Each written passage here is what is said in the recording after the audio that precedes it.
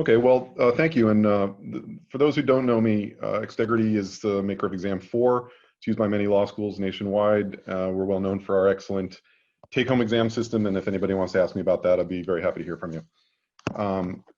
Moving over to the presentation, what I am doing here is talking about decision making. Now, people have been making a lot of decisions lately, and there's plenty more to come.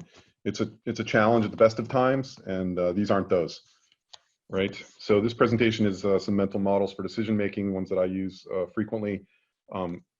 They're mental models, right? So what are the slides showing? Well, usually these are intuitive processes, but you can draw them if you are, and they're useful for illustrative purposes. If you are literally populating a huge Excel sheet or filling up notebooks with your decision-making models, then President Eisenhower will have something to say about that in a few minutes. President Eisenhower, let's see. There we go. So Eisenhower was considered a highly effective general in World War II. He was widely admired, and he was elected president, and by every measure, a very successful person. He is famous for using this grid. I don't know if he called it the Eisenhower Matrix, but it came to be called that. We've got crossing scales, urgency and importance. You would think that things that are both urgent and important, you should get them done. And if they're not urgent and not important, maybe you shouldn't bother with that. And it's natural to imagine that this square here, hang on, I'm going to go for the laser pointer.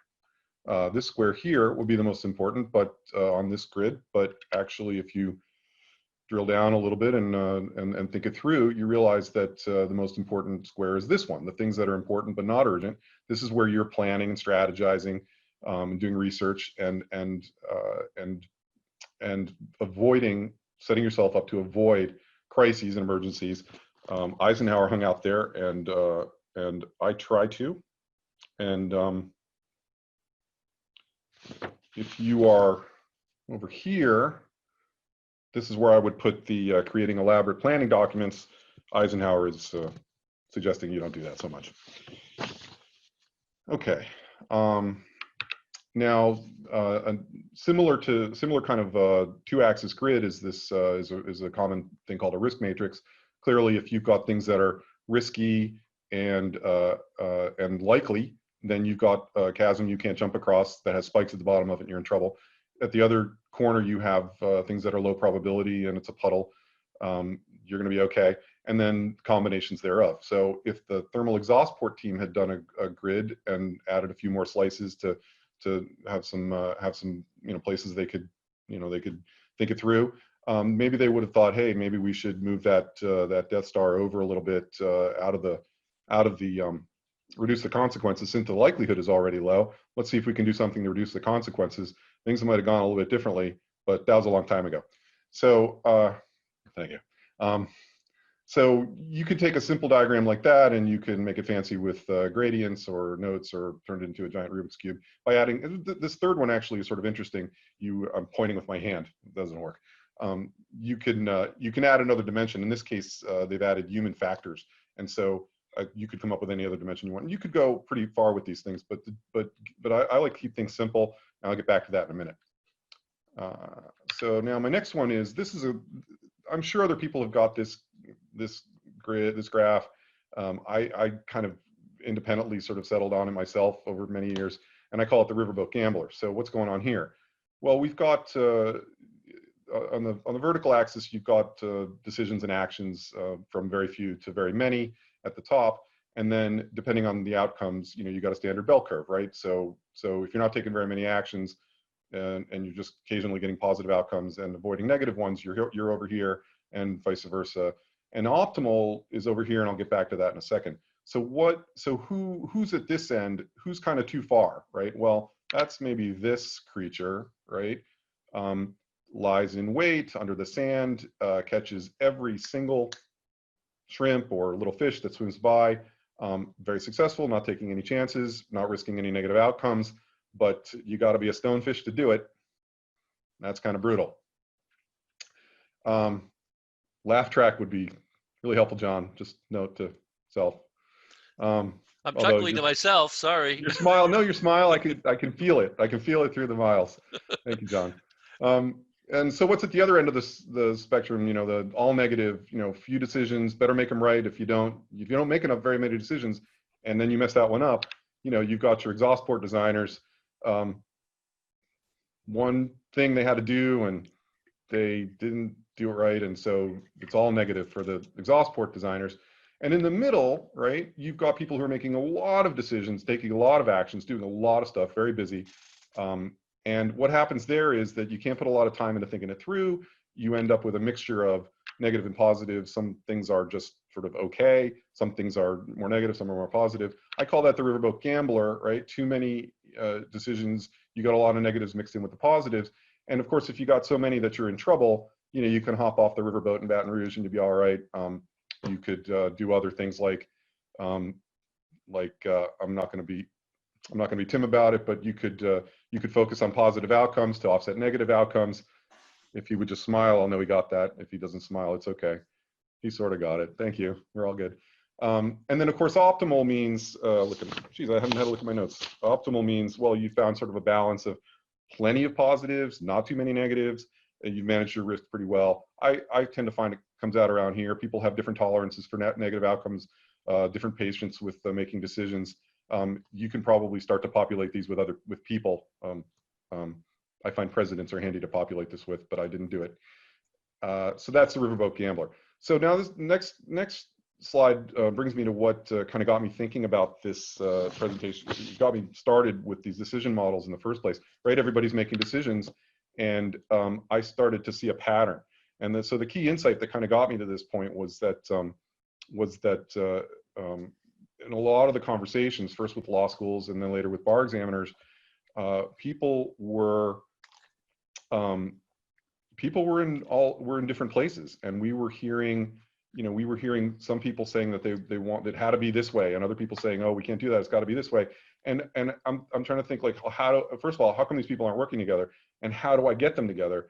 But the realization, of course, was that people are in different places, and so normally you see the people, you know, are kind of in a group, ideally, right? Obviously, that's not always going to be true, but ideally they're kind of grouped together, and that's in normal times. But of course, these aren't normal times; these are crazy times, and people are all over the place. They get there in different ways. They take a different amounts of time to get there, and of course, they're also in motion.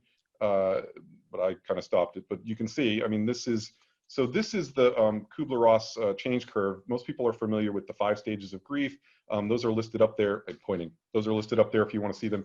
But this is sort of the 7-stage version that's used in a lot of business situations. And I think if you just sort of you can imagine that this is pretty applicable in a lot of situations. Just in the interest of time, I'm going to move on. Anybody wants this, I'm happy to email it, and I'll give you my email address again in a minute. But I found this really useful for sort of understanding where people were. Now you've got a complex decision-making situation. What's the answer? The answer is to use my last model, which I call the Bevel the Corner model, right? So what does that mean? Well, you've got to turn a 90-degree corner to go from one thing to another thing, and you could sort of soften it a little, or you could do one of these fancier curves, you know, a double OG if you really must. But you start getting into expertise, and it takes a certain amount of time. You know, it takes fancy tools. Now, I'm not going to hesitate to buy fancy tools, but I don't get, you know, I get in trouble for that sometimes.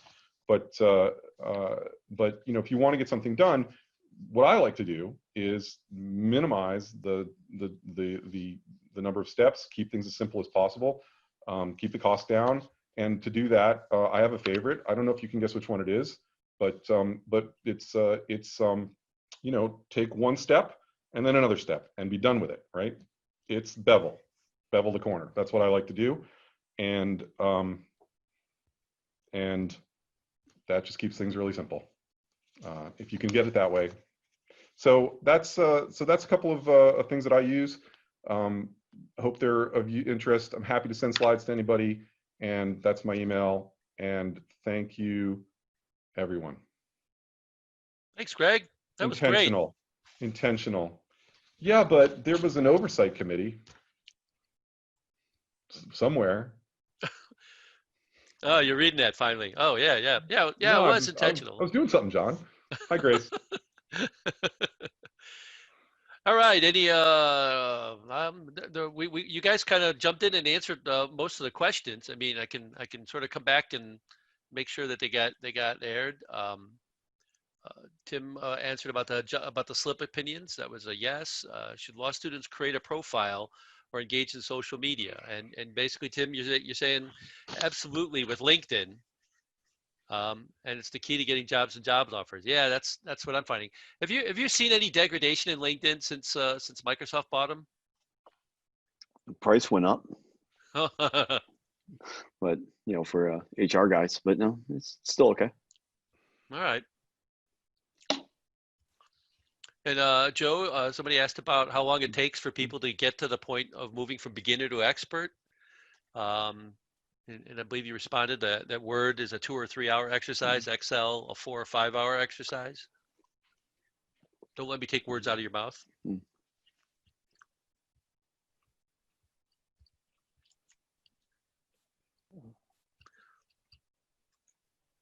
Great, thank you very much. He has to unmute. Joe has to unmute.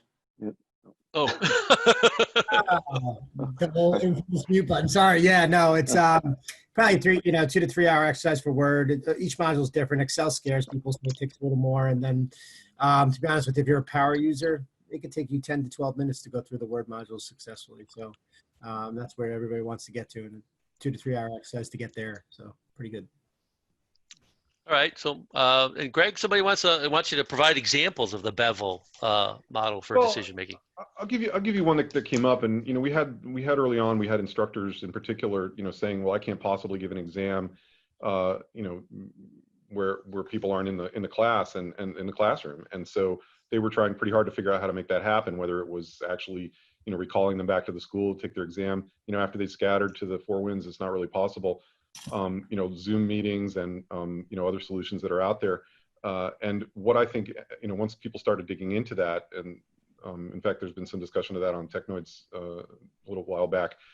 What people realized was that really the simplest thing to do would be what kind of they already do, which was give take-home exams, and knock back the requirement there. It was hard for some instructors because they really wanted to do things the way they were doing them. But the hoops that would have to be gone through under these circumstances just weren't possible. So that's one of my sort of major examples.